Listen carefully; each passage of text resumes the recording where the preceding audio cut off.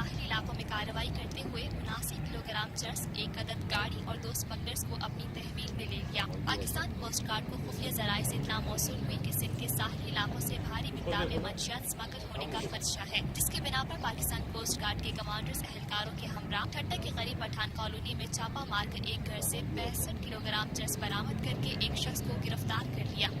پاکستان ہم سب کا، ہم سب کا، ہم سب کا پاکستان، ہم سب کا، ہم سب۔ میں سعید اختر، تصور سے تصویر تک ہم سب کا پاکستان۔ ہم زندہ قوم ہے، تابندہ قوم ہے، ہم سب کی ہے پہچان، ہم سب کا پاکستان۔ ہماری ترقی اور خوشحالی کا راز انصاف اور قانون کی بالادستی میں ہی ہے، ہم سب کا پاکستان۔ ہم سب کا پاکستان۔